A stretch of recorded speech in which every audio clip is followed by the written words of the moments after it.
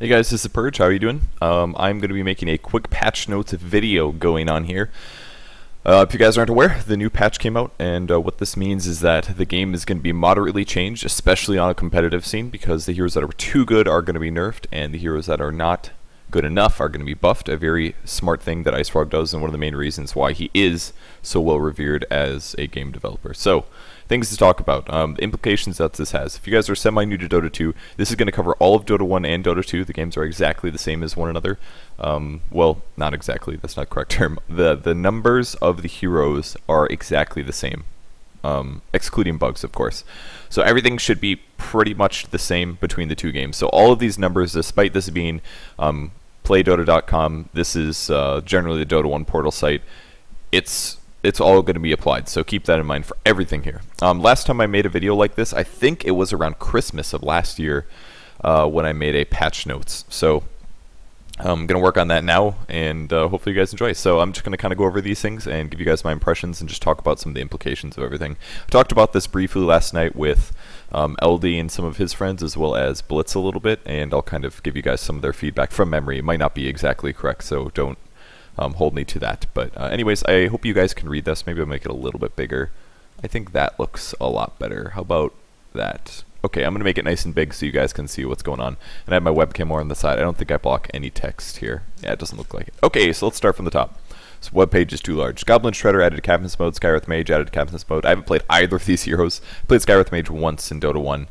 But it was a stomp of a game, so I didn't really get to experience him. Captain's Mode first ban phase now is 2 bans instead of 3. Captain's Mode second ban phase now is 3 bans instead of 2. So why this is significant, a friend of mine explained it very well. It focuses the bans on the heroes, okay, so let me explain it like this. As the game started, before any picks were made, you got 3 bans. So 3 bans just completely taken out of the pool. Bam. 3 bans taken out of the pool from each team. This is before you have any idea of what your opponents are doing for a strat. And then, after they pick 3 heroes, you would get to ban 2. So really you'd be limited on banning out heroes that you think were OP, and not as focused on heroes that you thought the team might use in their strategies, basically. So now, there's hopefully going to be less OP heroes. We'll get to that later as we get to the hero discussions and the nerfs and things. But you still get to ban 2 OP heroes, but then they pick 3 heroes, and then you get to try to ban based on that. So there's going to be a lot more analyzing what they're drafting and banning accordingly. So very cool change. We'll see how it works out. Glyph duration increased from 4 to 5 seconds. Okay. Should make it a little bit easier to defend, save HP of towers. That's actually kind of a nerfed Diabolic Edict in some ways. That should cover almost all of the Edict damage. Wildkin Tornado vision decreased from 1200, 800 to 300. This is daytime and nighttime vision. 1200 day, 800 night probably is what that means. And now it's down to 300, which is a really, really good nerf to that spell. That spell is one of the best in the game. It's well decided. That means it's going to be harder to find people. You can't just give vision with the Wildkin Tornado. 1200 range is insanely huge range. That's a hero daytime vision. These vision ranges. So that's a pretty good nerf. And Aegis reclaim time decreased from 10 minutes to 6 minutes. So that means as you kill Roshan and you take the Aegis, that means that the Aegis is only going to last for 6 minutes after that point. It doesn't mean Roshan's respawning in 6 minutes. It means that as you pick up the Aegis, you have to make something happen within 6 minutes instead of 10. So the most important part is you can't just save it until the next Roshan reclaim time and constantly be covered. There's always going to be a window where you can die. So I think this is very good because that's going to force, at the very least, slightly disable people from doing kind of like really slow turtle strats where they're just like, oh, we'll just hold on to the Aegis until we get the next Aegis, because then they're never going to want to force a team fight. So it's going to prevent that from happening. Hopefully a little bit less stale games in the late game. Team AoE bounty for kills of 2 heroes. These are changed. The way this works, if you guys don't know what Team AoE bounty is, they added this maybe like a year and a half ago from my estimation. I don't know exactly if that's right, but basically if you're around a kill when it happens, you get gold from it without having to get a kill. You don't even have to get an assist, actually. If you're just near somebody who dies, you get a little bit of gold. And you can notice this in the early game, but it is actually pretty significant. Because what would happen before is the really, really hard supports like Crystal Maiden, they would never want to take last hits or kills, and then they would be poor as hell for the entire game. So now it's just like a small incentive to support and to play full support. So that way you don't take all of the gold and stuff. And you can still get items. So it's not very much, but as you can see, we can do a little bit of math here. For 2 heroes around, it's generally, by the way, it's about the same bounty, no matter how many heroes you have around, it's just split accordingly. So if we do some very short math, let's say we're a level 3 hero, it used to be 9 times level, which will say you're level 3, so that's, what, 27 gold plus 95, so you get a little bit over 100 gold just by being around a hero that dies. And now it's going to be 12 times the level plus 125. So this actually looks like it gives him more gold to support, is what it does. Unless I'm crazy. You get plus an extra plus 30, plus you get 3 extra per level. So if you were a level 3 hero, you'd end up getting 39 extra gold. That's pretty cool. So that's going to encourage roaming and ganking and supporting a little bit more. Because that's still really good gold. 125, that's insane. Plus your level times your level. That's like half of a kill right there just by supporting. That's really cool. For 3, it is also buffed. So 20 extra here and 2 times the level here added. That's really cool. Killer bounty level multiplier increase from 200 plus 5 times the level to 200 plus 9 plus the level. I wonder if this is trying to slightly encourage people, and this is why this is cool, why it's slightly encouraging people to go for kills more often than just farming a lot, because if you make kills happen, your supports are going to get a lot of gold, or at least pretty significant amounts. That's like 30% more gold. That's pretty huge. That's a very large increase. Yeah, that's 30% across the board. 30% more gold will be gotten by your supports by being around kills, or anybody being around kills, which is cool. It should encourage people at the pro level to possibly roam and gank more, which is good because sometimes games can be a little stale. Whether or not we'll see how long it takes for people to do this, but maybe it'll give them slightly more incentivization. Is that a word? I don't think it's a word. This one I don't completely understand. Total XP required for level 7 decreased from 27 to 26, and level 8 from 35 to 32, and I believe it still requires the total to reach level 9. So this means that it's easier to get to level 8, but it still takes as long to get to level 9. I'm not entirely sure why they're doing this. Maybe so that the heroes that require more EXP to be useful, and by that I mean heroes like Lion, Shadow Shaman, pretty much any solo mid hero generally, they can get to their strength points, which would be level 7, level 8. That's usually a pretty good place. By level 7 and 8, you have your ultimate, you have one skill completely maxed out, and you have a couple skill points in something else. So if you get there a little bit faster, your hero is going to be slightly stronger. So I guess in some ways we could even argue this is an anti-carry nerf as well, because the heroes that are the strongest at level 7 and level 8 is usually casters. Carries, yeah, they have better skill points, but usually it's in stuff like Mana Break or Time Lock or, you know, abilities that are really good with gold as well. Whereas supports that have stuns, they really just need the skill points. They don't need the gold, they just need the skill points really. So I would kind of look at this as a buff to very EXP dependent heroes that maybe don't see as much play. Something like that. I don't know how big of a difference this is. This one looks significant. Level 8 should be 300, but I mean that's like 10% less EXP, approximately, a little bit less than that. But it's still pretty cool. Okay, add a new loading screen. So sexy. Oops, Chrome, you're freaking out. It does this when I have XSplit open, but there it is. It looks beautiful. I think we're only going to see this if you guys play Warcraft 3 Dota, unfortunately. This is a staple of Warcraft 3 Dota. When a new patch would come out, you'd have all these cool heroes. This is Doom. This is Storm Spirit. This is Bloodseeker. This looks like Queen of Pain. This is Sven. This is Sand King. It looks like Juggernaut. This is Pit Lord. That kind of looks like Viper. I don't know who the other... Maybe it's supposed to be Visage or something. Yeah, I guess that's supposed to be Visage because those look like gargoyles. I think that's actually Visage. That's kind of cool. Or Visage or whatever. And it says, congratulations to IG who won. That was cool. Alright, random draft mode increased from 20 to 22. I think this is good to add some variety. Sometimes there's RD modes that don't have enough heroes in it. Recipe items no longer sell for 80%, they now sell for 50%. That way people, I don't know. I don't know if this is needed, but it's not really that big of a deal. Especially in Dota 2 because you can sell very easily if you make a mistake now. But that would suck to mess it up. Added 1 second cooldown to place an observer in center roads because sometimes people would place 2 on the same spawn. That's obviously a waste.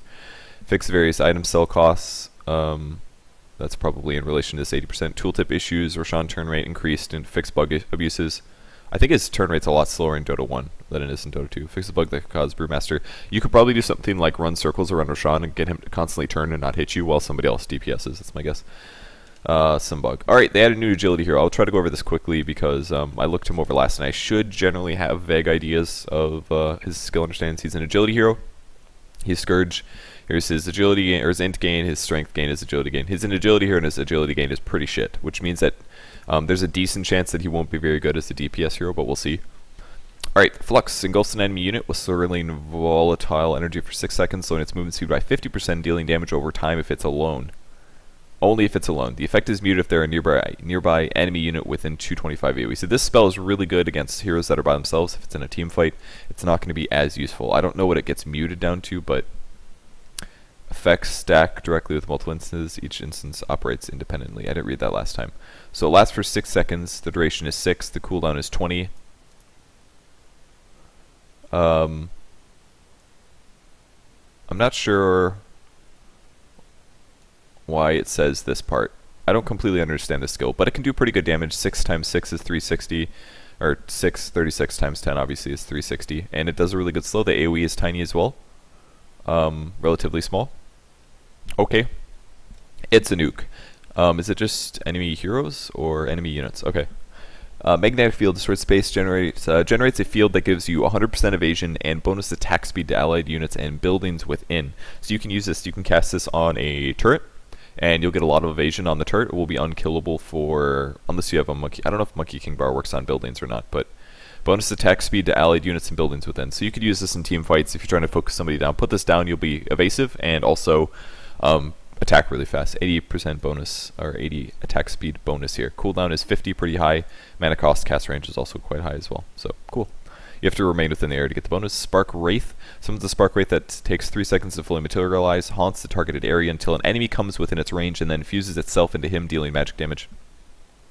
Activation delay is 3 seconds. Duration is lasts up to 50 seconds before expiring or when it finds an enemy.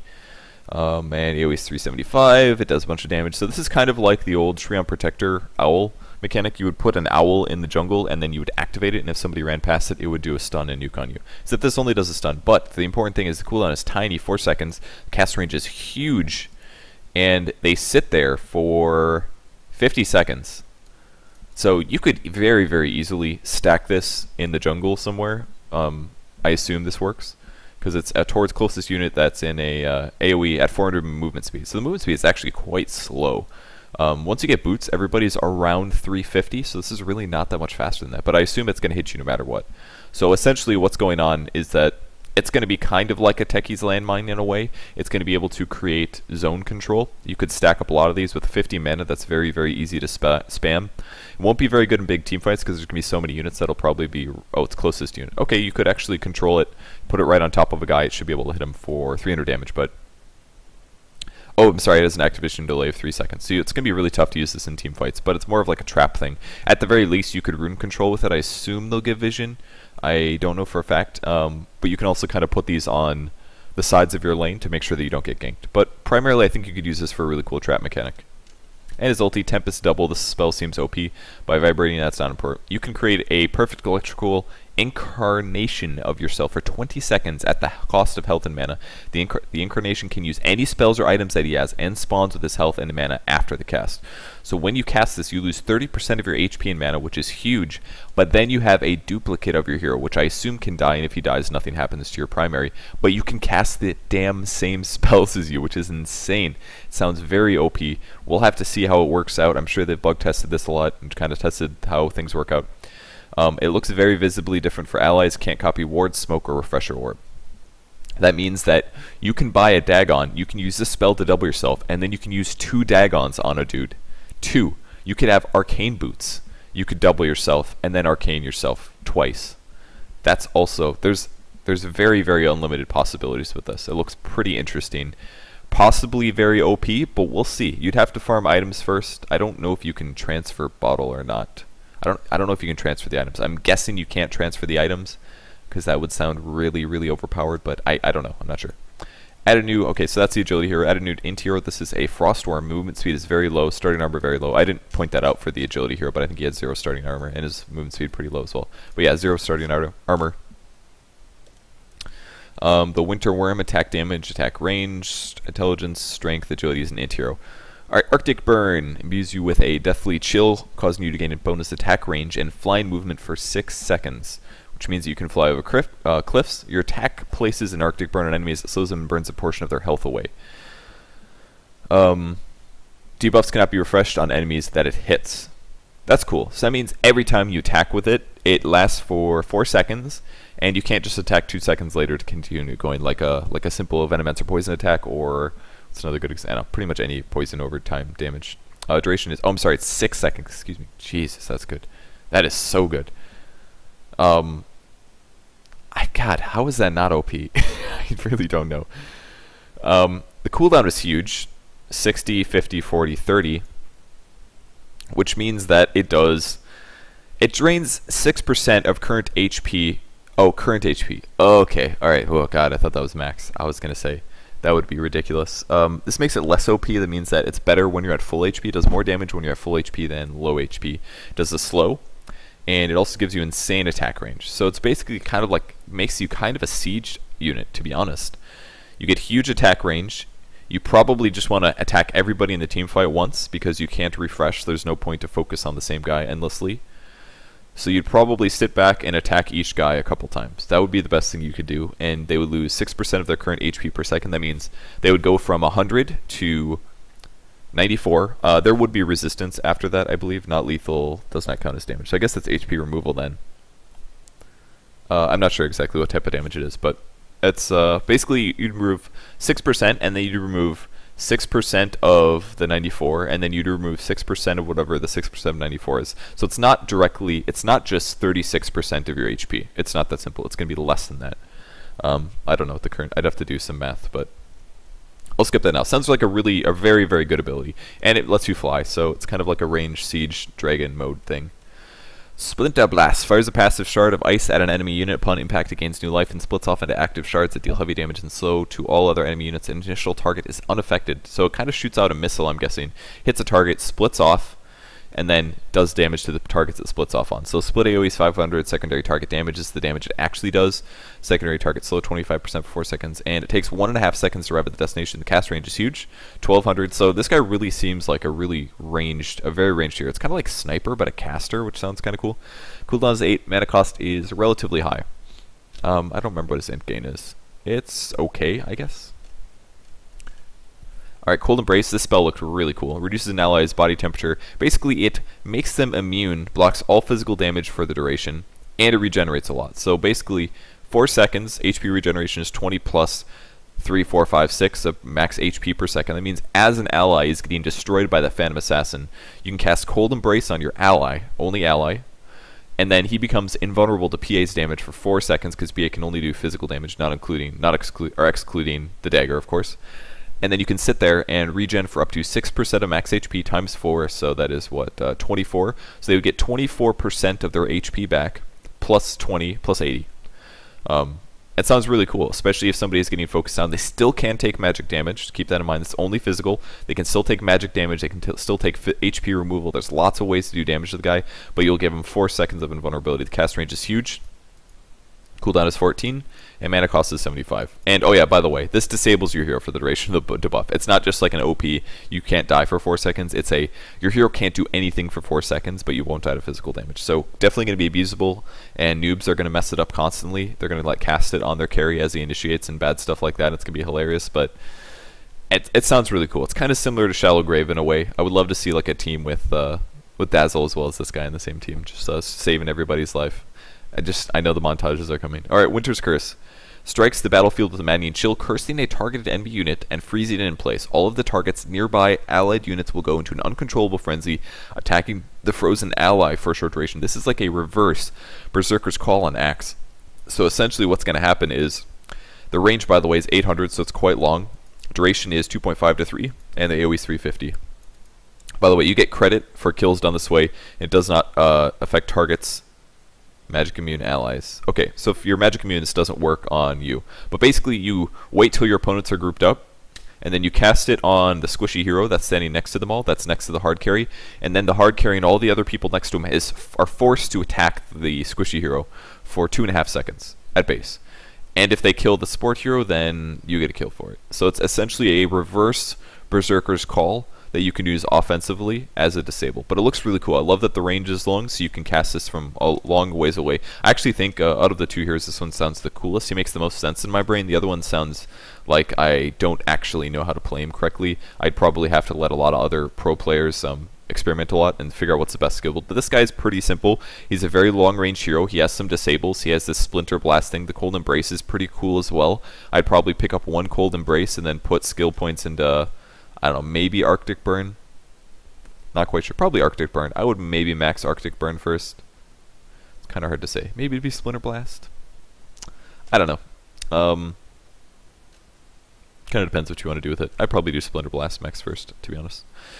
God, that range is so huge. Anyways, I don't know. I think he's a cool hero. Sounds really cool. Frostworm. Yeah, that's him. Alright, so now we are done with the new heroes. There is one new item later on down, but primarily we're going to be looking at hero buffs and nerfs from here on out. So this is very, very important stuff. This should make you feel like Christmas whenever you read this stuff.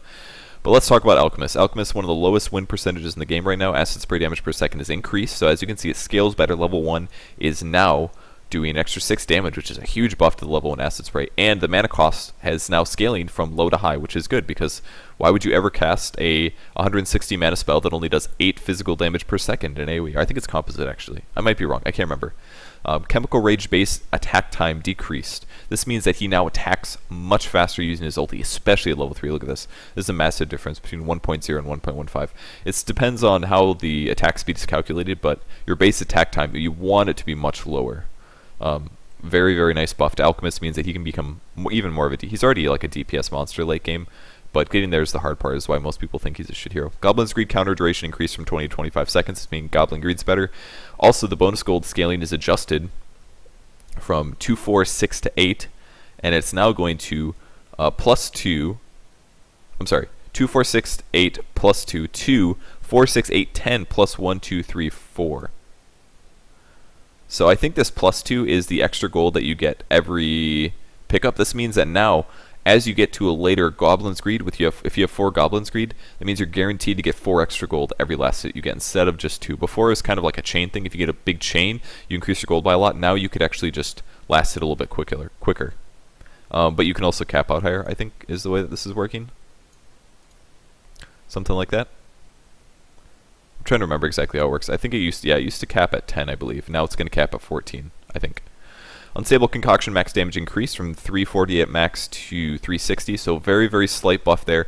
Most importantly, though, it no longer displays the countdown numbers to enemies. That means they don't know how long you've been charging for, and it's not going to be super easy for them to throw the stun when you're low and get the disable off, which is very important. I think this is a large reason why Alchemist fails. In addition to noobs not knowing how to... It's not super easy to understand how to use the hero, and they would probably mess up a lot. I personally don't think Alchemist is that bad of a hero. I mean, there's better heroes that you could draft as a carry, but in terms of pubs, I think he could be utilized. And most importantly, his stun now affects the 175 area around where it explodes. This is massive, because the stun duration is something like 4 or something. We'll go check it out quick. Go, go, go, go, go. Play Dota.com. Oh god, everything's so large. Heroes. We'll go really quick. Internet, why are you going slow? Alchemist, Alchemist, Alchemist, Alchemist. You are here somewhere, but I can't see it. There you are. So let's see what the stun duration is on Unstable Concoction right now. The stun is 4 seconds maximum. That means that you can now do a 4-second AoE stun for 360 damage. 4 seconds is insane. AoE, even more insane. This is like an AoE roar, essentially. So you pretty much... You're going to see combos including involving vacuum and unstable concoction, most likely. You could just see it normally with a lot of other stuff, but try to aim for the AoE primarily. I mean, that's amazing. 4 seconds stun on 2 heroes is sick. That's better than Shackle Shot. It includes when it explodes on Alchemist. I didn't read that before. So that means you could stun your allies with this and kill them. Don't grieve. Alright, anti-mage nerfs. Movement speed decreased from 320 to 315. This is a big deal because he requires himself to be fast to chase after people and to continue to harass them. Blink animation time is increased from 0.33 to 0.4. It means it takes longer for him to blink, which is good because things like Cold Snap or Chain Stuns are going to be more likely to kill him. And this is a joke. Legs decreased from 2.222 to 1, 1.5, 1.8, 1.9. This is a reference to the no-leg strat. Axe, Berserker's Call bonus armor increased from 30 to 40. This is insane. It's so much armor. He's like invincible now with that. Battle Hunger Slow decreased from 10 to 8%, but it does increase his movement speed from 4 to 8% per enemy, which I think is actually a kind of a cool buff. Make Axe a little bit faster, which is good because making him completely reliant on Blink Dagger, in my opinion, is kind of not very fun. And should make my awesome Aghanim Scepter build a little bit more useful. Counter Helix damage increased from this, so Scales does a little bit does better late game as you max it out, just slightly. 50 more physical damage. Ancient Apparition Chilling Touch now deals bonus damage. Uses a charge when attacking creeps. Okay, cool, so you can now kill creeps with Chilling Touch. That's really cool. Didn't do that to heroes before. The AoE is increased by a bit. The damage increased from 40 to 70 to now 50 to 80. 10 all-around buff. The duration reduced from 40 to 30, and it's no longer, Ice Blast is no longer dispelled by the fountain. It means his ulti will not be stopped by Ice Blast, I believe. Which, did that actually, I guess that must have happened before. I thought that it didn't work in the fountain, to be honest, but I must be wrong. So anyways, Chilling Touch can now be used to push creeps, push waves. This gives Ancient Apparition basically some possible pushing, which we may see. It basically would give you some magic damage attack. You could also use it to rush on as well, which would be very, very good. Especially if you have like 5 heroes there, and you give them all Chilling Touch level 1, then they all do 80 free damage. That's a lot of damage. Bane Elemental, Fiend's Grip, Aghanim's duration increased from 6 to 7. That is insane. Feeble damage reduction increased from 25 to 100 to 30 to 120. And you can no longer dispel Enfeeble by Manta BKB or anything else. Cool. Making Enfeeble better, which I think is smart. Batrider, cast animation time decreased from 0.3 to 0.2. This is good for chasing. That means it won't take as much time to cast Sticky Napalm while you're chasing. Strength growth is massively increased. 0.7 is pretty significant addition. The turn rate is improved from 0.4 to 1. And the Firefly duration increased from 15 to 18 seconds. Firefly damage trail no longer instantly disappears when Batrider dies. Cool. Batrider buffs. One of the least played heroes in the game. I believe he's bottom 3. Bloodseeker, Bloodbath Death Detection AoE for enemy heroes increased from 225 to 325. This is the area that would allow him to life gain, basically, for enemy heroes that he didn't kill. Blood Rage bonus base damage from this to this. Blood Rage bonus base damage. So this is the silence that you cast on people, so you can get up to 120% now. Thirst AoE from this to... Oh, okay, that's really cool. So now Thirst, no matter what level it is, that's the ability that lets you find enemy units that are low. It's always at max range, always. That means that you're pretty much always going to be able to see low HP heroes using Bloodseeker. The movement speed bonus is slightly buffed as well, so even though you can see them, you'll still not be very fast. But this is very cool, because this means that you can actually go gank other sidelines a little bit earlier now, because you don't have to, like, I don't know, you don't have to have a level 4 Thirst to be able to do this. And I dare say that you could arguably maybe even leave Thirst at level 3, but you'd probably still max it anyways. Thirst HP percentage detection rescaled from constant 40% to... Oh, okay, cool. So that means as you max out, Thirst got a lot better, basically. It's not as good at level 1 because it won't trigger as early, but you can get it higher now, up to 50%, which is quite significant. In a team fight, there's always going to be somebody below 50% usually, and that will give you that extra buff. So pretty cool. Bloodseeker buffs makes him a lot faster. Thirst is better. Blood Rage can do more damage to you, and you have a better chance to heal. That's pretty insane movement speed. Alright, Bristleback. Quill Spray damage cap increased from 220 to 400. Bristleback's not in Dota 2 yet. Warpath damage per stack increased from 10, 15 to 20 to 20, 25, 30. This means he does more damage. Oh god, somebody's talking to me on Skype. I'm gonna go do not disturb for a bit. Sorry about that, guys. Fix how Quill Spray damage threshold works. It will now activate Quill Spray on the instant of damage when its threshold is breached, rather than the one after that occurrence. Alright, cool. I was not aware of that. But basically it does some AoE damage. I used to call him the PP Pig, so I used to play him in Dota 1 against, you know, and this is unranked game, so there's a lot of noobs sometimes. It was very easy to get people to rage quit, because once you fed Bristleback, he was unkillable if you knew what you were doing, and he could actually do pretty good damage. Okay, Broodmother. Spawn Spider's Spiderite bounty increased, so that means your spawn Spiderlings give a lot more money. In-cap Bite no longer gives bonus damage, but it does increase the miss rate by quite a bit, up to 40% at max, which is pretty significant miss rate. It's quite huge. Double Edge now deals this damage in 190 AoE around the target. Pretty cool for Centaur. You can do, it's like a big nuke that does damage to Centaur as well, but pretty good pickup. Chaos Knight's stun no longer is partially undodgeable. It's a normal projectile with 1000 speed. It was extremely fast before. It's still going to be fast, but it's going to be easier to dodge, which I think is actually a very, very good buff, because things like Phase Shift, you could dodge it in Dota 1 with Autocast, but they removed Autocast, so you can't do that anymore. Holy Persuasion no longer has the ability to teleport allied units. This is how Chen used to be before, but this is basically a nerf to Chen. Test of Faith grants you secondary ability to teleport allied units. So before, Test of Faith is the nuke that does damage to your opponents. It used to be able to send your allies back. It became Holy Persuasion just to make the hero slightly better or something, because they didn't really synergize. It was like, wait, why is my damage nuke saving my allies? I want to use that to do damage to allies. And they're like, okay, you're right. We'll put on Holy Persuasion, so then a Holy Persuasion can send people back. But this is going to make you choose. Do I want to send an ally back, because it's one of the best skills in the game, to be able to send people back after 3 seconds, or do I want to do my big damage nuke? Now it's a trade-off. You have to decide. We'll most likely see it be saved in big team fights for when they want to send somebody back, and in ganks they'll use it offensively. That's pretty much how it's going to work. So instant teleport for persuaded creeps. Yeah, this is all the secondary ability. So it's basically like the same ability. The delay is the same as how it was in the Holy Persuasion. So, alright, Clinks. By the way, this also means that your send back delay is going to be quite low early on, because once you're level 7, you want to have Holy Persuasion maxed out so you can have 3 creeps.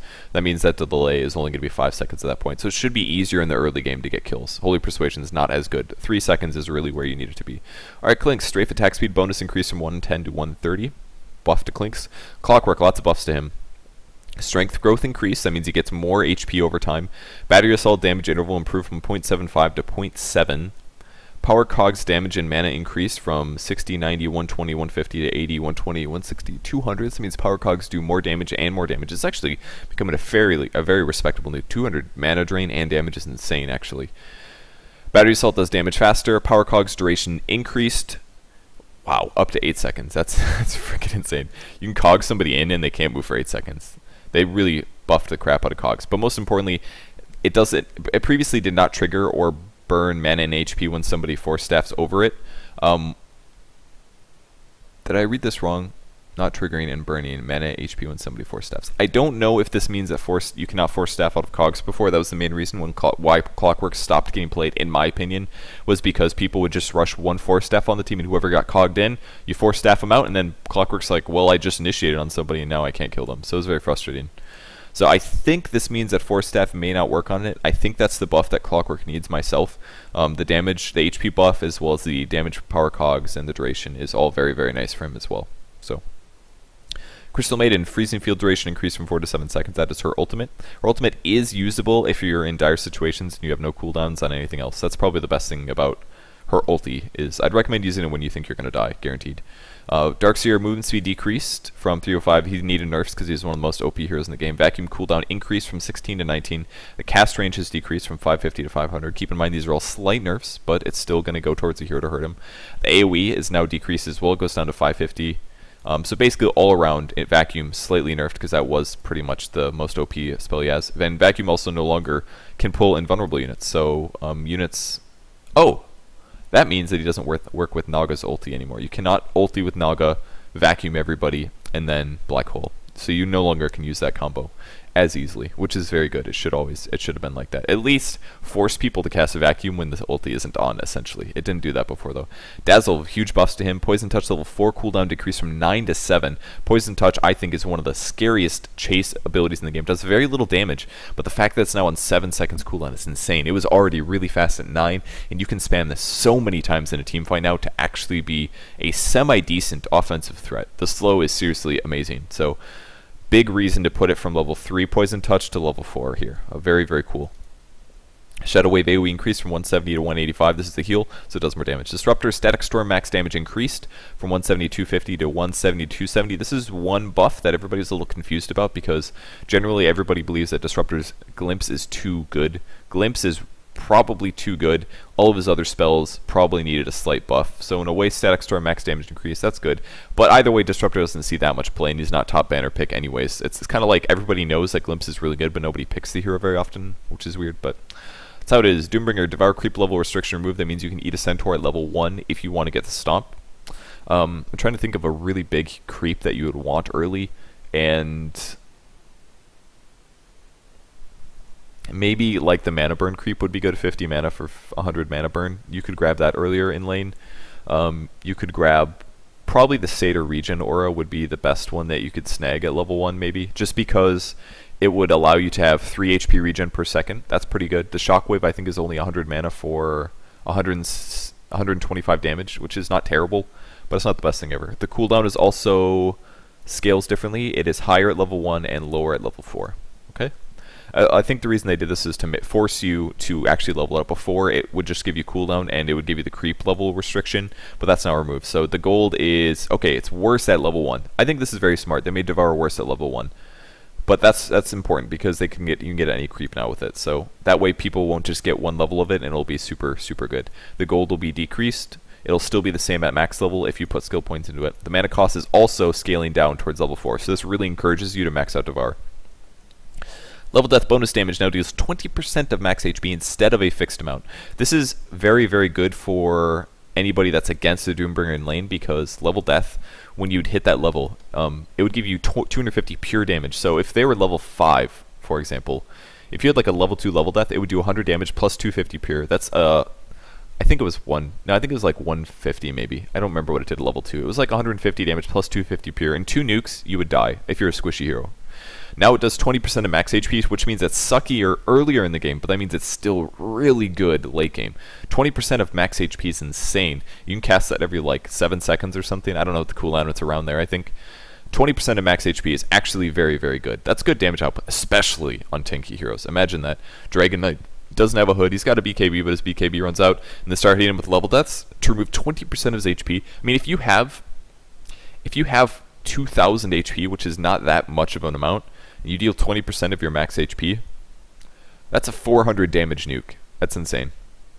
I assume that's a magic nuke and not necessarily a I don't think it's pure damage because it does not say pure. But either way, I think that's pretty cool. It makes Doombringer more effective late game, which I think he needs in some ways, because before you would have to get that from farm.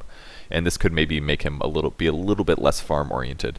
Level death damage increase from the base amounts as well also goes up. So you could do 275 damage plus 20% of max HP. You're talking like a 650 damage nuke on a 2000 HP hero late game. Guaranteed. 650 damage. That's freaking insane. Really cool. I like this buff. Scorched Earth damage per heal increased as well, so he can heal a bit better. Dragon Knight, armor decreased by 1. Dragon Blood armor bonus increased, so this means that his base armor is lower, forces you to get more Dragon Blood, up to 12, which is pretty crazy. Elder Dragon Form levels 2 and 3 no longer gives bonus damage, and Elder Dragon Form, wow, I didn't even read this last night. The splash area is rescaled slightly. Okay, so it was like a splash. There's like splash circles. If you're right next to the target, there's more 100% splash. The 75% splash is also larger, and the 50% splash is the same. So it's basically they increase his splash damage. Draw Ranger, Frost Arrow slow increased from 50 to 60 at level 4. Marksmanship level 3, agility bonus increased from 45 to 60. That's insane. Your level 3 ulti gives you 60 agility. True Shot aura damage bonus increased from 7, 14, 21, 28 to 8, 16, 24, 32. So more damage for her, and Sound's cooldown also decreased. So major buffs for Draw Ranger. She should be a little bit better. Earthshaker Enchant Totem cooldown decreased from 7 to 6 seconds to make Earthshaker slightly better. As the support hero, he's not played at all right now, except very rarely, so they had to buff him slightly. Ember Spirit armor is decreased by 1. The Remnant recharge time increased from 30 to 35 seconds. I believe that's his ulti, and the damage per instance from this to this. So it's worse early, and it takes longer to recharge. I don't know, I haven't played Ember Spirit more than like 2 or 3 times, but I heard he's very OP, so not quite sure. Enigma Malefice damage reduced, 30, 45, 65, 80 to 40, 40, 65, 65. So that means he does less damage with this Malefice, just slightly less. Midnight Pulse cast range is increased, which I think is pretty cool.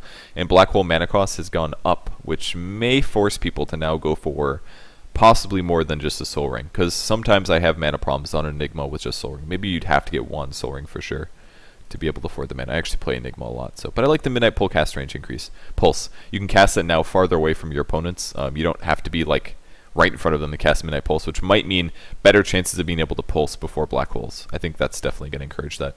Faces Void, Time Lock deals twice as much damage when it procs in Chronosphere, and he can no longer be frozen by any Chronosphere, and they're talking about other Faceless Voids if that situation ends up happening, or a Rubik. So Rubik stealing Chronosphere and then Chronosphere and back won't work anymore. Fear and movement speed is slightly decreased, which I think is a valid nerf.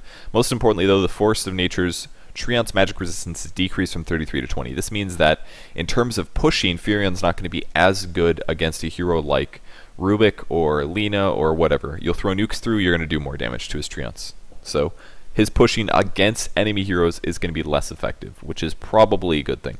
Goblin Shredder, Strength Growth is reduced, and Chakram, which is his ulti, moves 20% slower. Guardian Wisp, Overcharge HP MP cost over time increased from 2.5 to 3.5. That means it's more expensive to use Overcharge. Tether Regeneration Transfer now heals the tethered unit at 1.5 times the rate of Wisp. I believe this means that Previously, it was 1 times the rate of Wisp. Whatever Guardian Wisp regens would go to your ally at the same rate, but now it gives your ally more. So if you heal yourself 400 HP, you should heal your ally 600. I believe that's the difference here, unless I'm unsure about the actual numbers. Gyrocopter movement speed increased from 305 to 315. Pretty big movement speed increase, which is good because you need Rocket Barrage to be next to somebody. Flat Cannon AoE increased, even bigger AoE, and Cooldown AoE also increased. So Flat Cannon's better, he's slightly faster. Still kind of a weird here though. Huskar Burning Spears duration increased from 6 to 7, so more damage done with Burning Spears. Inner Vitality can now be cast on magic immune targets. That's your ulti. Oh, I'm sorry, that's your first skill, your heal, which is good because you previously you couldn't heal BKB, you couldn't BKB and then heal yourself, which is very good. Life Break Aghanim's cooldown decreased from 24, 16, 8 to 4. It means no matter what level you pick this up, the Aghanim Scepter, it's always going to be 4 seconds, which is very good actually because, look at this, why would I want an Aghanim Scepter to make the cooldown 24? Like, who gives a crap? 24 seconds, why would I spend 4,000 gold on that? This is cool though. If you can pick this up at any level that you're ahead of your opponents, you could ulti a guy and kill him, wait a couple seconds and ulti the next guy. Invoker base damage decreased by 4, which will give him a little bit less laning presence, which is good. Jakiro facing direction now more accurately matches his turn rate. Just a visual change. Liquid Fire AoE increased from 175 to 300, so that means the passive that shoots fire sometimes and reduces attack speed is increased in AoE, which is good. Ice Path is reworked, it's a huge buff. After a short delay, the Path of Thin Ice is created in front of Jakiro, just like before, but now anyone that touches that path gets frozen until the path disappears. Deals damage to anyone it affects. So, I assume, I don't know how long the path stays out though, that's the only thing that's a little confusing. Okay, I think it's just done like this, that way you can't like get an ice path under you and blink away. If the ice path is there, you will get frozen. And I think it's still there for the same period of time, like this very short 0.4 seconds, something like that. Well, I guess this is the path duration, up to 2.2 seconds, but I'm guessing the path duration is the same as the freeze amount, something like that. It's not quite clear, but I assume that's how it works. So basically, ice path is easier to land now. If you throw it on a bunch of heroes and they try to walk through it, or if they're close to it, it'll just nail them, I think. AoE's 150 damage. It does damage now, 100 damage, and the range is still really high. Mana cost is the same, and the cooldown, I believe, is still the same. So I'm guessing this just means that it's a little bit easier to land. I don't know how long it sits there. I'm guessing it's this, but and I'm guessing the stun duration. I wish it also said stun duration as well under it. Juggernaut base attack time is decreased. This means he gets a slight buff to his attack. And Omni Slash now kills creeps and neutrals in one hit. This does not include pair-controlled units or ancients, which is important because otherwise you'd be able to like Omni Slash a Chen and you would lose all of his stuff. So what this basically means is now that you can have a better chance to Omni Slash late game, this will make his Omni Slash better late game when you have a shitload of hits and there's creeps around. You won't be forced to just like Omni Slash and waste it and maybe kill a couple creeps. Because now if it happens to use one of the slashes on a creep, the creep will die, and then you'll go on and maybe kill 2 or more creeps, and all of a sudden the creeps are all dead and you can just Omni Slash your hero. So this is a nice buff to Juggernaut late game, which is very good, because late game Juggernaut is pretty crap with his ulti. Keeper of the Light, Chakra Mana cost is rescaled, so it's less early, same late. Mana Leak cooldown decreased, Illuminate cast range is changed. And the max hit distance is actually increased, which I find weird. Everybody's a little surprised about Keeper of the Light buffs because he's already a reasonably okay hero. Crobbless armor increased by 1. She's not played very often, and she's a little bit too squishy early, so armor would help, especially with harassing. Kunkka's base strength is increased by 3. His ghost ship cooldown is decreased by a lot, which I really like, especially whenever I play Kunkka, I'm always afraid to throw the boat. And if the cooldown is a lot lower, 60 seconds is so much less than 90. Same with 40 versus 40. It's so much less, I'll just say, screw it, I'm throwing a boat. And if you just throw the boat, like I never trust my torrents, and if I could just trust my torrents and throw a boat every time and not have to worry about it, I can be like, whatever, I want a boat for 40 seconds. That's gonna make people a lot more incentivized to just throw it when it feels right, or maybe just land the boats. You never know. So, and the AoE's also increased a little bit as well. Legion Commander. This is one of the new heroes that's not in Dota 2. He's actually very, very fresh. Fixed overwhelming odds, giving 6% instead of 9% movement per hero. Oh, so he's getting too much movement speed. Adds bonus summoned unit illusion damage reduced from 50 to 25. I think this is, you could cast this on illusions and get way too much damage, I'm guessing, is what's happening. Press the attack cooldown is rescaled. Diabolic Edict now uses Leshrac cast time. This is a big nerf. This is why I made it orange. Means that now whenever you cast Edict, which is the little explosion thing, you have to cast, which is the same time as Split Earth and Lightning. And this is the reason that Leshrac was never played originally, was because to get a combo off on somebody, you'd have to be like, Split Earth, bam! And you have to be like, Diabolic Edict, ugh! And then you have to be like, Lightning, bam! And that's like 3.5 seconds. It's a lot of cast time. It's a lot of cast time. Leshrac's cast time is not very good. And that's really what helped Leshrac be more powerful. Now what happens is, if you catch somebody in the jungle, Leshrac doesn't just continue running and kill you solo. He actually has to stop and land his stun and then cast his Edict and then be able to kill you. So it requires him to either have an ally with the disable or for them to have a stun for him to catch up to you. Or he has to be much faster than you. Those are the trade-offs. So this is actually a very good nerf to Leshrac. He definitely deserved it. And we'll probably see him played slightly less, but I don't know if it's really going to matter that much because Diabolic Edict is still so good against towers. So Lich, Frost Nova cooldown decreased from 9.25 to 8 at all levels. So it used to be 8 at level 4, but now it's 8 at all levels. Okay, slight buff to Lich. Lena, Fiery Soul attack speed bonus increase. They're still buffing Fiery Soul. It's still getting insane. 85 attack speed per spell cast. Like, oh my god, that is so much attack speed. It's insane. Laguna Blade cooldown rescaled from 120, 90, 55 to 90, 70, 50. Lower cooldown, pretty cool. Lion Finger of Death cooldown rescaled as well, so it's higher at level 1, lower at level 4, or level 3. And damage increased at level 1 to 600 damage. Aghanims to 725 to 1025. Mana Drain initial cast range is increased to the highest that it goes. Mana Drain threshold range increased. And Mana Drain cooldown decreased. So Mana Drain is now better 5-second cooldown, which is pretty huge actually.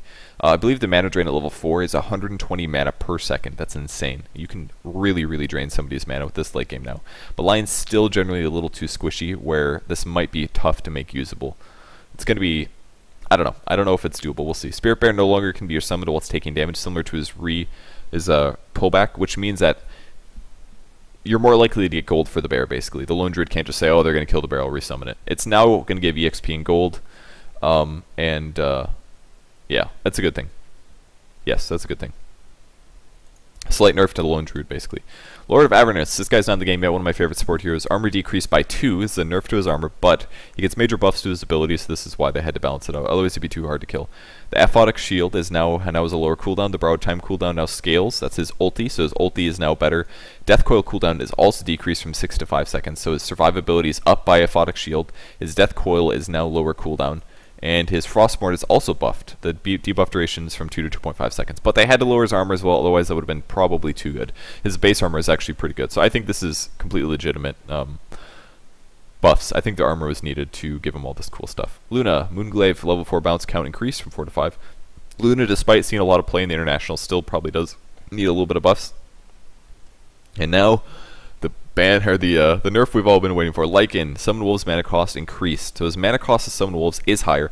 Most importantly, the Spirit Wolves now have way less HP. Look at this. Level 1, they have half as much HP as they used to. That is insane. Which basically means that Lycanthrope is not going to be able to jungle anymore unless he has very high level Spirit Wolves. At least level 1 Wolves, it's not going to happen. Now, importantly, they still have 50. They gave them 50% magic resistance. We were talking about this last night. We were assuming that the wolves had 0% magic resistance before, but this basically means that they're not going to be useless against harassing heroes. I mean, that's one of the things the wolves are good at. They can harass heroes. Okay, I think that's legitimate. It gives him a hero harass tool. 50% magic resistance means that essentially their HP is doubled. So if you look at their HP, they're overall going to have more HP versus heroes, less HP versus physical damage. So the wolves are going to be easier to kill based on just right clicks. They're going to be really bad at jungling, and essentially, since they're down to 200, you're pretty much going to have to lane Lycanthrope now. You can't jungle him anymore until you get your wolf level up a little bit, or you stick to pulling and really weak small camps. So, very good. This is for the best for Lycanthrope. He has one of the highest win ratios in the pro scene, and generally is just really annoying to play against. Also, the wolves can't just tank the towers anymore. With 550 HP, that's insane tanking potential. That's like 8 to 10 tower hits, and then you could just resummon them again, and it's going to be harder for them to tank. So, all around good. Weaker to physical damage, better or the same against magic. Yeah. Magnus, agility growth increased, and power is better. little bit of number increase. Skewer slow duration increased by a little bit. I think this is very good. The Skewer is a good ability. He's going to be added to Dota 2 pretty soon, so you'll be able to see that. Slark also on the way. Dark Pack cooldown decreased, so that's going to be better. Shadow Dance HP regen increased, so late game especially. That's where they buffed it. They buffed it late game, which I think is good, because late game he has trouble if they have detection. So Medusa, Mana Shield is buffed. Mystic Snake does more damage or bounce, damage per bounce. Split Shot damage per arrow increased, so Split Shot is now better. Medusa, a hero that probably wouldn't see any play right now, because she's really all about just farming a crap load and getting to the late game when you have like ridiculous damage and items.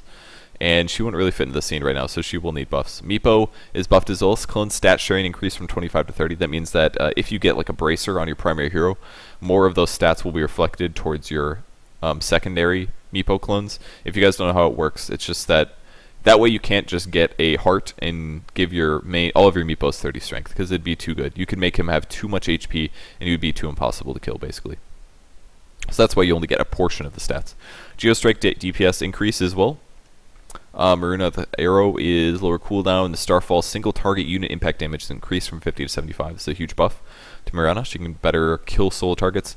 Morphling, eat this Morphling. Cast animation time increased from 0.3 to 0.45. That means it's slower for him to cast a waveform, an adaptive strike, and a ulti. Morph mana cost increased from 20 to 30. This is a huge nerf to Morph. This is a 50% increase in mana per second to use Morph, which means it's going to be very, very expensive in the early to mid game. Means early ganking of Morphling is going to be much harder, and we may see some possible mana problems with Morphling into the mid to late game, because 30 mana per second is insane. That's a lot of mana. Base damage decreased by 6. He was recently buffed on agility, I believe, by 5, and now he's been decreased by 6 damage. So it means it's going to be even harder for him to last in the early game, which is good, because he can already morph a lot of his agility over, or his strength over to agility, and get a lot of damage. So it's not like he's going to be impossible to last hit with or anything. Waveform AoE increased from 255 to 200, so the AoE is smaller, and it no longer allows you to start attacking casting before it's completed. What you could actually do before is waveform, and while you're waveforming, you're immune. You can't take any damage, and you could actually attack while you're waveforming and cast Adaptive Strike. You could cast Ethereal Blade. You could send yourself back with Replicate. All of that stuff would work. So now you can't do that anymore. You're going to have to waveform all the way through. You'll hit the end, and then you'll get sent back. Alright, Naga's Iron, base damage decreased by 12. Huge nerf to Naga's last hitting power. Her cast animation time is also increased by a little bit. So makes it harder for her to cast stuff, including her ulti to get escape from stuff. Net, Riptide is still going to be instant, I believe. And mirror image as well. So it's going to be harder for her to knock a chain stun down. Nyx's Rage increase. Death Pulse is now heal rescaled. Does more heal early. Better at level 1, which is cool. And level 2. And level 3. Sadist is reworked, so now when you get last hits, you get mana regen and HP regen over time. Really cool remake. I like this a lot, actually. So basically, after you last hit or deny a creep, you get a certain amount of HP regen or mana regen per second. This is actually the same as it was, the same numbers as it was before. When you would level 4 Sadist, if you last hit a creep, you get 60 mana. Now it gives you 10 mana regen per second for 6 seconds. So it's not as initial, but the important part is that it now gives HP regen as well. So at level 4, you get 6 times 4, which is 24 HP. Every last hit, you get 24 HP. Kind of functions slightly more like Undyne does. As creeps die, you get HP back, but I think this is a really cool buff that's going to help Necrolite be survivable. He's not going to have to buy as many tank items. He can actually get some damage items as well, so that he can go offensive with some of his items rather than just getting, like, I don't know, Mech and Vanguard and Pipe and Shivas. It's like, maybe you can get a Radiance. Kill creeps, get HP and mana. It's kind of cool. I really like this a lot. I think it's a nice little buff to Sadist. I like the remake that they had before of Sadist, where you get 600 mana from heroes, but it still does that now. You get 10 times the bonus for hero kills, which means you still get, like, if you kill a hero, you get 240 HP now. 240 HP over 6 seconds. Over 6 seconds, but over 6 seconds you get 240 HP at level 4. That's so cool. So you can just ulti a guy and be like, bam, you ulti, you get 600 mana, and you get 240 HP. I think this is a really cool buff to him. And I like Necrolite a lot. I like his playstyle. I like it. Alright, Nerubian Assassin, base HP regen increased to 2.5. This means he's going to be better at lane. This is probably really necessary, to be honest, because he sucks in lane so bad, especially as a solo hero. He has such trouble laning, honestly, until he gets some decent levels, and if they're squishy int heroes, he has options, but it's kind of hard otherwise. So this is good. Mana burn drain amount increased from 4 to 5 int. The mana cost rescaled, so it's actually worse at level 1 and better late, which I think is probably the best way to do it. The cooldown is still probably incredibly low, but this means he's going to be a little bit better in mid-game for nuking. Vendetta movement speed increased. Spiked Carapace reworked. So now it reflects and negates damage dealt to him, max once from each source, as well as stunning the source of the damage, which I guess doesn't mean heroes anymore. This counts for creeps as well. The stun duration is still massive. The damage reflected is still 100%. This basically means you can wade into a team fight, pop the Spiked Carapace, you know, every 14 seconds, and stun pretty much anybody that does damage to you for 2.4 seconds. That's insane in terms of AoE. Think about it. You jump into an AoE, or team fight, all of the opponents throw their AoEs, you put on Spiked Carapace, you stun their entire team for 2.4 seconds. Everybody on their entire team. That is freaking insane. And you reflect the initial damage. Like, imagine that. Everybody on the enemy team not only takes the damage of their AoE, but also gets it reflected back on them. Now, sometimes the damage sources are small, like our auto attack, or maybe like some burn damage gets reflected or something, but huge buff to Nerubian Assassin, big time. Alright, Nerub Weaver, Storm's attack rate is improved. This is how fast the bugs attack your target. Bugs are now better than they used to be. They were at one point arguably very overpowered when Weaver was starting to see some play, but they're nerfed back again. OD's Astral Imprisonment gives you more intelligence, up to 10. Ogre Magi armor is increased. Aghanim's Unrefined Fire Blast cooldown is also decreased, that's with his ulti. Bloodlust and Target Catapults, which is really cool, and the movement speed bonus increased. Very cool, better at level 1. Omni Eye Degen Aura AoE is increased. Panda's ulti is now affected by Black Hole. Some people were complaining about this last night in the chat, but I think this is fair, to be completely honest, because previously, if Panda ultied, it's like I can't Black Hole anything. There's two Pandas, one of which is magic immune, but both of which can't be affected by Black Hole. It's like they could just Cyclone me or throw Boulder. It's like if Panda ulties, you can't do a Black Hole unless you have a Black King bar. Completely impossible. Like, at least allow the Enigma to skill shot Black Hole the Pandas. Like, I think that's perfectly fair. If you sit one of the Pandas outside and you Cyclone him, sure, he deserves it. But I think that Black Hole should allow you to at least Black Hole the area. I think this is completely legitimate nerf to Panda's ulti. I don't think it's even like a nerf. I think it's just something that should have been there the whole time, to be completely honest. I think this is fine. Paylord has a bunch of changes. Dark Rift now is this sub-ability, allows the effect to be cancelled before it resolves. Does not prevent the cooldown from being used. It only makes it so you no longer have to teleport everyone away. That means that you can cancel your teleport. What the way it works is you would set up a teleport to a building or a unit, and after a certain period of time you would guaranteed go there, and you wouldn't be able to cancel. And sometimes you'd accidentally pull your allies and half your team away as the team fight's happening. It was kind of bad, but now you can cancel it at least. Low priority target, similar to how Boots of Travel works. Oh, okay, so if you teleport to a creep and there's other creeps around, the enemy creeps will stop attacking it and they'll start attacking other stuff, I believe. I'm guessing that's how it works. Expulsion is reworked with, it now is a passive aura. Atrophy aura, all enemy units, neutrals, ancients, and Roshan within 900 AoE, which is a huge AoE, have their base attack damage decreased. 18, 26, 34, 42. If an enemy unit dies under this aura, you gain 5 bonus damage for creeps and 30 for heroes. Each bonus instance lasts 30 seconds. This is a really cool skill. It has powerful, really powerful implications. 900 AoE is freaking huge, first of all. 40%, 42% damage reduction from base. That means at the start of the game, this isn't as good, but late game, you're going to be reducing like 40 damage from everybody on the enemy team. And if heroes die, you get 30 damage for 45 seconds. But most important, creeps. Like, just imagine pushing with this. A creep wave of 10 comes up, you're 900 AoE away, which is huge. You cast an AoE, you kill all of these creeps, that's, we'll say 10 heroes dying, you get 50 damage for 45 seconds. I mean, yeah, you're a crappy melee hero, but like 50 damage, like that's pretty cool. They reworked Firestorm as well. They still have the Pit of Malice, I believe, but this is now Firestorm. Calls down 6 waves of fire that damages enemy units in area. They deal initial damage and burns. I don't know exactly what the rework is. It does 6 waves. I don't believe it's a channel. It's basically they removed it from a channel. They took it back to the way Firestorm originally was, which is you cast it and it does a bunch of damage. 6 times 7 is creep killing numbers. 7, 14, double that's 28 plus another 14. That's like what, 420 damage? My math might be wrong there. Plus it does 20 DPS for 2 seconds, which I don't know if that burns while they're getting hit, but basically it does a ton of damage. It means you're going to have the power to kill waves very easily and then also gain damage from them. So should be very good at pushing towers now. Phantom Assassin has their ulti buffed at late game, 4.5 late game. Phantom Lancer has a huge agility growth bonus. This is a 50% increase in agility, which means, most importantly, that his illusions are going to do more damage because your illusion damage is based on your agility. So big buff to Phantom Lancer, which is good because he kind of sucks bad. His slow duration is also increased from 3 to 3.25 seconds. So basically they make him better late game with his illusions. The hard part is obviously keeping your illusions up, but if you can keep them up, they can do decent damage now. Phoenix. Base damage is decreased, base strength is decreased, his base movement speed is decreased. He was overpowered, he deserves these nerfs. Supernova now refreshes his other skills, not items, if the sun survives, which is a cool little integration with his ulti. Fire Spirits is reworked. They now don't heal you. They just do damage. They give attack speed reduction to the targets you hit. You hit them in an AoE.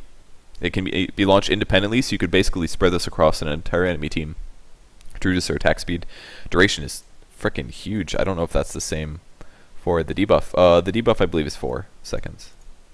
But they do good damage. 80 damage per second, something like that. I don't know exactly how this works. It's kind of complicated. It's like, does one spirit do 80 damage per second for 4 seconds, or how does it work? I don't know. Spirit Impact, it costs HP. Yeah, it's kind of a complicated spell though, but it reduces attack speed and does damage. Okay. Okay, it doesn't stack, it just refreshes there. That's the answer to my question. So basically, it does 80 damage per second. That means that you could cast one, wait 4 seconds, cast another, wait 4 seconds, cast another, wait 4 seconds, cast another. The movement speed is, flight speed is 900, which is pretty fast. And the AoE is 175. Not super huge. We'll see. I'd have to try it out. Icarus Dive is reworked. You now enter a dive state. While in your state, your movement is doubled and nearby allied units are healed, but all damage you take is amplified. This is like a Mask of Madness kind of. Okay, so you're double, your allied units are healed. The heal is 3.5% max HP per second, but you take double. But you're also fast, and the HP cost is 10% of current. And this doesn't heal yourself. Yeah. Applies the heal buff to allies upon cast, does not require you to be in the area, continuously applies buff to units around you until the spell ends. So it's kind of like Witch Doctor's heal, except you take more damage, and it makes you run fast. Your movement is double. That sounds really interesting. So it sounds like you can basically kind of weave in and out of team fights with Fire Spirits, and if shit gets really bad, use your ulti, which I think is very cool. It's like it makes your ulti a lot more necessary, I think, to keep yourself alive. It's kind of what it seems like. Sunray also reworked, channels the Sunray in the targeted direction, deals DPS and slows to all heroes in that path. The damage increases per second, the maximum channel time is 6 seconds. Starting DPS, ending DPS. This is kind of like how it was before, it also does the slow. This is how Sunray was before, but it was OP as shit because you could permanently let go. Now, it's a channel. It has a max of 6 seconds. I assume deals DPS and slows in all heroes in that path. Damage increase per second. Okay, whatever.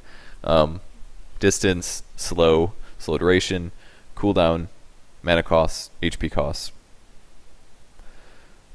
I don't know. We'll see how he plays. I'd have to play him to see how he works out. It's kind of complicated as a hero, so it definitely requires a lot of playing. Alright, Puck gets buffs. Dream Coil duration increase from 5 to 6. Aghanims goes up from 7 to 8. Illusory Orb AoE increase from 220 to 225. It means it's easier to land, which is good because it's a little slower in Dota 2. It's harder to land in Dota 2. Waning Rift damage is increased. Fixed phase shift and vulnerability is just a bug that they fixed. Pugna gets a movement speed buff. Now one of the fastest heroes in the game at 320. I believe fastest is Luna at 330, unless I'm mistaken. Another word, mana flare damage increase, so another word is now much better. Maybe not much, but better. Life drain break range is increased, so life drain's a little better. Razor gets a bunch of buffs, still kind of a crappy hero, but his min damage is decreased. His max damage is increased. Static Link no longer breaks if Razor loses target vision. That's good. You can't target the ground anymore, but you can use it on magic immune targets, which is pretty cool. Unstable Current's Purge duration increased, so his passive is better. Rubik has a movement speed nerf by 10, pretty significant. Fade Bolt bounce AoE decrease from 500 to 440. It means the bounce is a little bit harder. Very, very slight buffs to Rubik, nothing major, which is a little surprising. Out of all the good heroes, he's probably the least nerfed. Shadow Demon Soulcatcher mana cost is increased. The Shadow Poison AoE is also increased. Shadow Fiend Necromastery hero skill count increment increased from 6 to 12. So if you kill a hero, you now get 12 souls, which is insane. Presence of the Dark Lord, armor reduction improved from 2, 3, 4, 5 to 3, 4, 5, 6. Most importantly, now his new passive component that triggers upon death. So whenever Shadow Fiend dies now, he will half ulti, and it doesn't count for the cooldown. So if he dies, he already loses half of his souls, but now he actually releases them for damage. So that means you can actually do respectable damage, not amazing damage, but respectable damage just by dying. You could also ulti and then die and ulti a half ulti as well, which is cool. So I kind of like this. Very cool. It's not on cooldown or anything, but it's now a passive component. So it's a cool little buff to Shadow Fiend. Silencer strength growth increase is very good. Schoolable silence duration increased. Cool. Last word now always steals 2 intelligence if an enemy hero dies. So cool. I like the strength growth buff. I think you really need that. So that gives him an extra 10 HP per level. 10 HP per level. So if you're level 10 hero, you have an extra 100 HP, which is actually pretty significant. Big buff to him. Maybe not big, but a moderate. I think this is very important because it's going to allow him to maybe play a little bit more of a support role. If you're just around by kills, like you get 2 intelligence, which is cool. But he's kind of more of a carry, really. Skeleton King, Hellfire Blast, slow increase by a slight amount. Skywrath Mage, concussive shot, cooldown decreased. I don't remember what that skill does, so I can't comment on that. Slardar, amp damage, armor reduction increased. Makes Slardar better. 20 freaking armor. God. It's insane. Sniper headshot, damage increased up to 75. Take aim range bonus increased. 300 versus 260. Shrapnel AoE increased, slight buff on everything, and shrapnel duration increased from 8 to 9. So it does slightly more damage to towers. And he has better range, but pretty much the same hero. Spectre, Desolate damage increased from 20, 30, 40, 50 to 20, 35, 50, 65. So Desolate does more damage. Spirit Breaker, big changes to him. Base strength increased by 6. That means he has an extra 114 HP at level 1. That's freaking insane. Huge HP increased. And 6 damage. Damage increased by 9. So he basically gets a net plus 15 damage at level 1. Charge of Darkness no longer gives a buff indicator to people he's charging, so you can't see him coming unless you have wards. Charge of Darkness speed increased by a lot. Empowering Haste no longer increases Spirit Breaker's damage. Now this is a pretty big deal because before you could get level 4 Empowering Haste and hit for like 120 damage at level 7, which is insane. It doesn't do that anymore. But the movement bonus is now higher, so Empowering Haste gives you more movement speed at level 4. And Greater Bash now deals damage based on your movement speed. No longer based on the 100 or whatever. So this means that now his damage is more based on Greater Bash, which means attack speed is arguably more important because you need to proc the Greater Bash to be effective. But if we do some quick mental math here, I haven't actually done this yet, but let's just assume. Let's say you're at 300 base movement speed, you get boots, you're at 350, and now you're going to bash a guy. So 40% of 350 is, what, 35 times 4, which is 35, 70, 105. That's like 140 damage about, if I'm doing the math correct. So you're doing 140 damage just on bashing with regular boots. This does not include movement speed bonuses. This kind of, in a lot of ways, forces, I would argue, Mask of Madness is borderline required on him now, just because the movement speed bonus that you get from Mask of Madness would increase your bash damage by, like, I guess it's not that much. If you increase your movement speed by 20%, you're really only getting like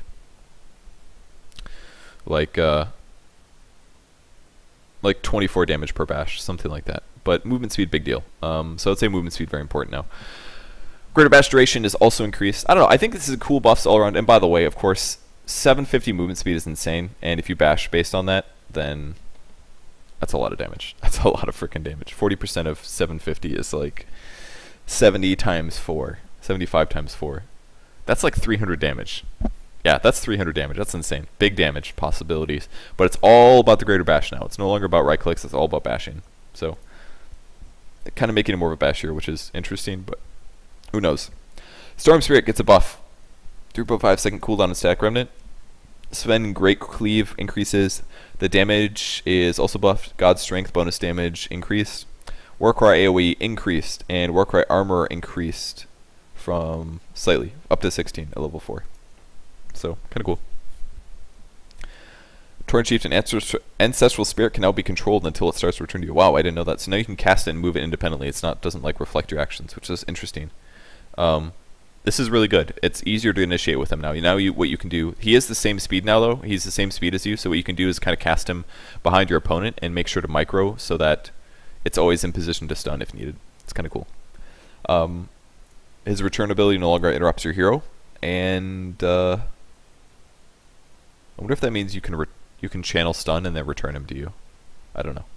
He also has Echo Stomp and Spirit Return abilities. It can cast directly, so cool. Okay, so if you use the Spirit to cast Echo Stomp, then your primary hero also does it. Kind of cool. I think we're almost done. Getting pretty low here. Let's scroll down a bit. Nope, not even close. Okay. Techies, armor increased by 6, which is huge armor increase. Landmine cooldown is decreased. This is like the biggest armor buff I've ever seen, by the way. He has very low HP, so the armor is just going to help him stay alive a little bit to physical damage. Temple Assassin Cyblades no longer spills damage when attacking illusions. That's good because now you can't just like one-shot a whole team by attacking illusion. Terrorblade is kind of being put back to where the way it was before. Armor increased by 2, base HP regen increase. Sunder no longer blocked by magic immunity, and Metamorphosis is back to the way it was before, which was you transform into a ranged demon and does damage. Reflection was his previous skill. So it's by 60% now, which is insanely huge. Huge slow.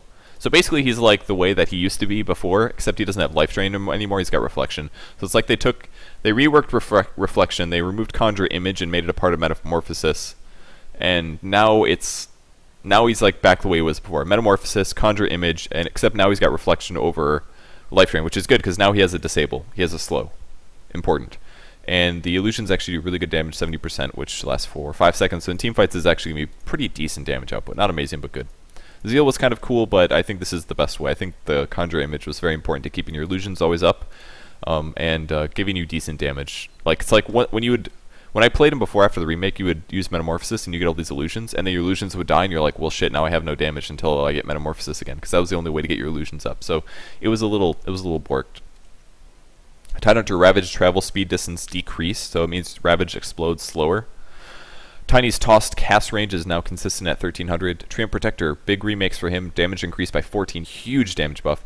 Base attack time increased. It means he attacks slower as a hero. He's not as affected by attack speed items. Overgrowth no longer does any damage at all. The duration is increased up to 4.5 seconds. And the cooldown is decreased from 115 to 95 to 80 at all levels. Living Armor is now replaced with a new active ability. It's called Living Armor.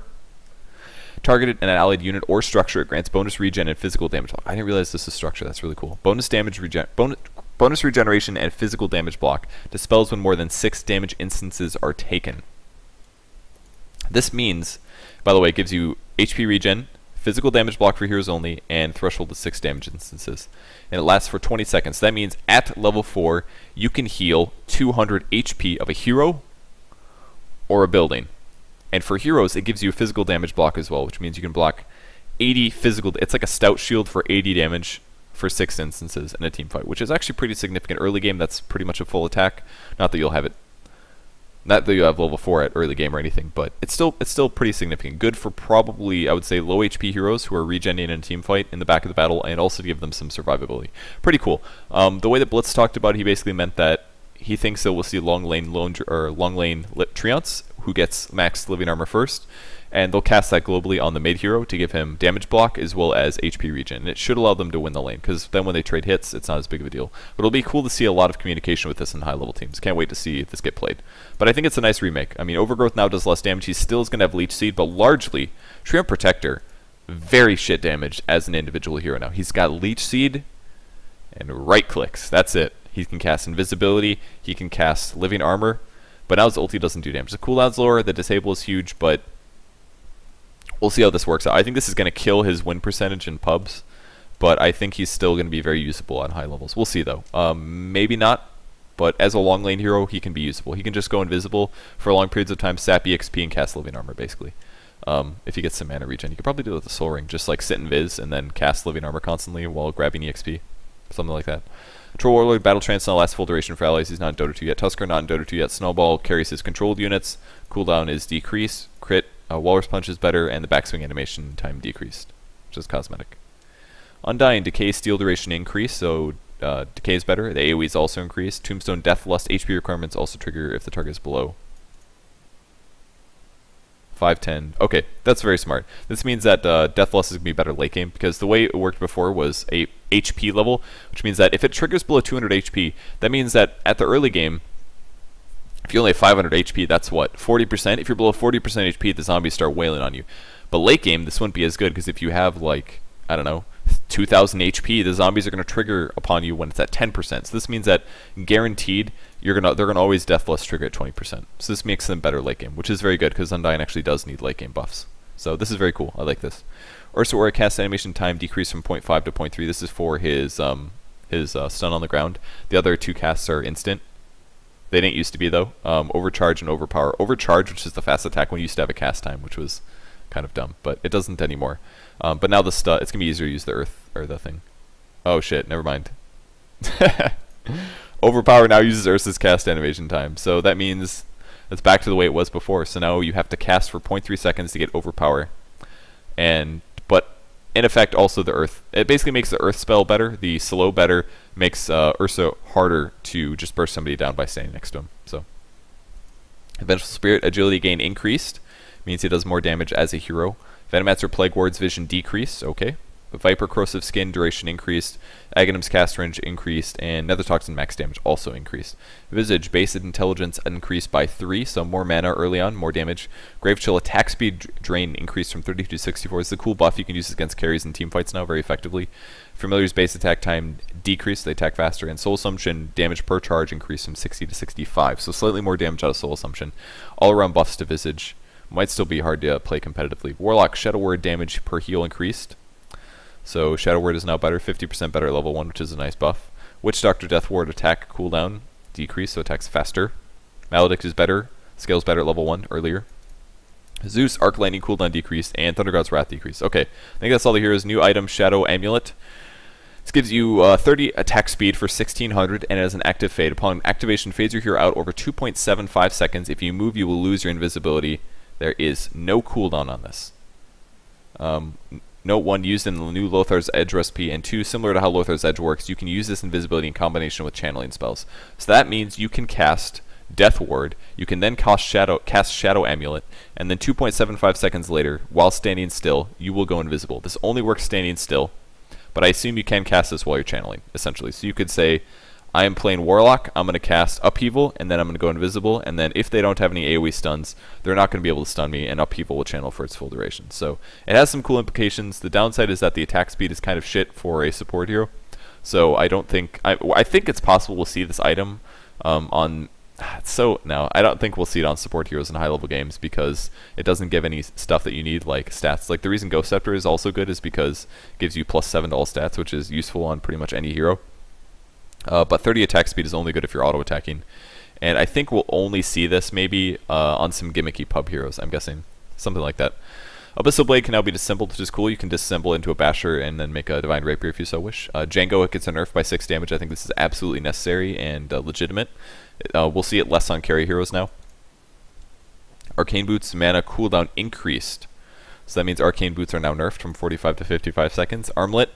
HP regen is increased from 5 to 8. The life drain is increased, so it does, but it offsets obviously. This means that it's better when it's turned. Okay, it doesn't. You don't lose any extra HP per second, on or off, but that means it's now better when it's off. It gives you a lot more HP regen, which is cool because now you can get this over a regen item very, very easily. The toggle cooldown is also reduced from 5 to 1 second, which is a big deal. Which means that now if you're low HP, you can just turn it off, turn it on, wait a second until you get low again, turn it off, turn it on again. So you can toggle it a lot more in team fights. We'll see a lot of big plays out of that. Black King Bar can no longer be sold, which means that if you want a new Black King Bar with full duration, you'll have to drop it on the ground and buy a brand new one. So it's going to cost 3,900 gold instead of half of that if you want full charges, which is good. Going to make the Magic Immunity a little bit less effective. Blade Mail damage return duration increased, so Blade Mail slight buff. Bloodstone, you now get kills if you're out of kill range, which is good. For heroes that do damage over time. It's not that huge of a buff, but it's probably something that should have been there. Brizza is better now. Critical Strike multiplier increased. Dagon cooldown decreased. Slight buff for a Dagon 5. Still won't see it played. Stygian Desolator, big buff here. The duration increased from 7 to 15, so now you can attack like 4 different heroes in a team fight and reduce their armor by a lot, which is very good. Ethereal Blade can now be cast on allied units, which is actually really cool. It also now does damage based on the primary attribute of the holder instead of always agility, and the mana cost is increased by a lot, up to 150. So this means you can now get this item on strength heroes or intelligence heroes. The main hero we're going to see this on is Centaur, most likely, because Centaur has insane strength based on his ulti. So now you could just... I mean, the downside is that it gives you agility, which means attack speed and armor, but it's not terrible to have on any hero that has a lot of primary attribute, because it gives you attack speed. If you have a lot of your primary attribute and then you get a lot of attack speed, all of a sudden you start doing reasonable attack damage. And now you can use the Ethereal Blade to do big hits. So you could get this item reliably on a hero like Queen of Pain, who's now going to have really good attack speed. You could just Ethereal Blade, combo a guy, do like an extra 40% damage. It's reasonably not as bad. You can get it on more heroes than just Morphling now. So people are saying Purge, because Purge can get insane strength. I mean, you can do like, what, I think it's like 2 times your primary attribute, which is going to end up doing like, it's not that much damage. But you know what you could do? You can Ethereal Blade a guy, and then you can Rot Dismember him, and do a shitload of damage, because all that Dismember and Rot damage is going to be buffed then, because it's magic immune, so, or it's ethereal. So that's what you'll probably do. You'll hook a guy, you'll E-Blade him, and then you'll Rot Dismember, and you could do serious damage to one guy. Or just walk in and Ethereal, slow them down with Ethereal, and then Rot Dismember. Kind of cool. But the agility is really wasted. The agility is really wasted on Pudge because he's not attacking. He'll have armor, which is cool, but the attack speed very wasted. Yule's Scepter, recipe cost decreased. So Yule's is a little bit cheaper. Force Staff now, recipe cost increased to 500, so 200 extra gold, which is needed. Force Staff was too good. No longer pushes through kinetic field, so a buff towards Thrall there. Power Cogs is triggered by Force Staff. Power Cogs knockback takes priority. So this is what I was confused about before. This means that Power Cogs will no longer be countered completely by Force Staff. So pretty cool. Gem of True Sight restock cooldown is increased, so Gem is now worse. Heaven's Halberd, disarm is better on range shears, 4 to 4.5 seconds. Hellbent the Dominator, the cooldown is decreased massively to 60 seconds. It no longer has a duration. It used to be 20 minutes. It means the dominated creeps are now permanent. And dominated creep when you already control and replace your current one. Okay, so the cooldown is vastly decreased, but you can only have one. This is good because there's not really, nobody's going to stack dominated creeps basically, unless you're joking around. And now basically means that you're always going to have a creep by having a Helm of the Dominator, which is cool. If it dies, it's not the end of the world. You say, okay, whatever, I wait 20 seconds or however long you have left, and then you get a new one. So that's very cool for the Helm of the Dominator. Much better for stacking heroes. It's very cool. I like that a lot. Very cool. Lothar's Edge duration is increased up to 12 seconds. The recipe is reworked now. It uses a Claymore and a Shadow Amulet. Make sure that you guys don't go buy a Quarterstaff. Keep this in mind. Always buy the Claymore first, then get a Shadow Amulet. Gives you 30 damage, 30 attack speed. Same stuff, Windwalk, whatever. Manta Style, recipe cost increased from 650 to 900, so it now costs, what is this, 250 more, but Yasha is 100 gold cheaper. So basically it only costs 150 more, but I think this is a needed nerf. Manta Style is really, really good. Mask of Madness, movement speed bonus increased from 25 to 30, so it's 30% actually that gives a Spirit Breaker, which is pretty significant. Null Talisman, recipe cost decreased, so Null Talismans are now better. This means Dagon is now 15 gold cheaper. Null Talisman's arguably the worst of the 3 stat items, for sure. The worst of the 3 stat items, so probably for the best to see Null Talisman get a slight buff. The main reason that's a bad item is because it doesn't build anything other than Dagon, and nobody builds Dagon, so that's why Null Talisman's. The only heroes we ever see this on is basically a Queen of Pain right now. Observer Ward's cost is decreased from 200 to 150. I think this is an awesome buff, and in a lot of ways is just really needed. Observer Wards are annoying to play against, but first of all, they make you better at the game when you get used to buying them. Sports are going to be less unhappy about buying wards. There's going to be more ward consistency on the map. This is going to also encourage using smokes more often. It's going to be good for pubs. People are going to be more incentivized to buy them because, oh, it's only 150 gold, no big deal. So they'll spend less money on Observer Wards. This means supports are going to be much more farmed late game. This is 50 gold every 6 minutes. It's not a shitload of gold, I guess, but 10 gold every 1 minute. It's like a gold every 10 seconds or something. It's not the end of the world. I think this is cool. I think this is a nice buff. Very good. Very good stuff. Orb of Venom cost is decreased. I mean, Scotty's cheaper, but who cares? I think this is very good, actually, because Orb of Venom is usually not worth the money. 350 is actually a pretty severe amount, so it's going to be a little easier to afford to buy this now. Orchid Soulburn's damage amp increased from 25 to 30, so Orchid's slightly better. Power Tread's attack speed bonus is increased, because right now Power Treads are not very good or popular. Radiance Burn damage is increased from 40 to 45. Not completely sure why they did that, but Radiant's still popular in a lot of heroes. Rod of Atos HP bonus increased by 75, and the cooldown decreased from 20 to 16. I really want to make this item work. I've tried it a couple times, but it still never really works that well. But this extra HP is pretty cool, the fact that it gives you more now. I like the idea in theory, but it's still very, very expensive for what it does. I want to make it usable. I'll see. That's going to be tough, though. I think maybe Ancient Apparition is the hero to make it work on. Tranquil Boots, Rod of Atos. That's my build. I think Arcane Boots is too bad on that hero. It's too expensive. And this way you could go Rod with like a Sage's Mask and actually get pretty good mana regen. It wouldn't have Arcane, but I don't know. I want to make it work personally. Sanj, recipe cost decreased from 700 to 600, so Sanj is now better. Smoke of Deceit is now dispelled on Primal Split, so you can't use Smoke against Primal Split anymore. Soul Ring cooldown is increased from 25 to 30. Soul Ring is nerfed. Tranquil Boots break requirement decreased from 4 to 3. That means Tranquil Boots are nerfed. Tranquil Boots are nerfed. Soul Ring are nerfed, both together, which I think is fine. Veil of Discord armor bonus increased from 5 to 6. HP regeneration increased from 5 to 6. Discord AoE increased. Discord cast range increased. So Veil majorly buffed, maybe not majorly, but moderately buffed. And Yasha, recipe cost decreased. So Yasha is now cheaper. I guess that's it. So Sanj and Yasha are now less expensive by 200 total. So Sanj and Yasha is 200 cheaper. Where's the Sanj? There it is. So yeah, Sanj and Yasha is 200 gold cheaper. Manta is now more expensive. And yeah, that's it. So that's the patch 6.75. I know that Luminous also was working on a patch notes. I believe as of my recording, he hasn't made it yet. So I'm going to link you guys to that here. If I remember, please God, if I remember. If I don't remember, please tweet at me. It's at Purge Gamers. If you guys want to follow me on Twitter as well, I always talk about when I'm streaming or playing or just cool stuff. You guys can talk to me there. I usually respond to most tweets that are good questions. And yeah, thanks for watching, guys. I appreciate it. Sorry this was so long, but huge patch. Lots of cool changes. Can't wait to try it out. I love reading patch notes. It's one of my favorite things in gaming. And I'm just saying gaming. Like when I play a game very seriously, it's so much fun to read patch notes and changes. And Ice Frog is one of the best. So thanks for watching, guys. Somebody asked me about this on Twitter, by the way, and I was like, originally wasn't sure if I wanted to do it because Luminous is also doing it, but I figure some of you guys care what I think as well. So if you guys want to watch both of ours, do it. Just go click on his video and go watch it briefly. If there's anything, if you want to get his opinion and B-Ballin's opinion, go do it. And thanks for watching, guys. Appreciate it. I'm going to try to make a meat post soon. I swear to God, I'm going to do it. I was going to do it this morning. I'll do it now. Alright, see you later. Bye.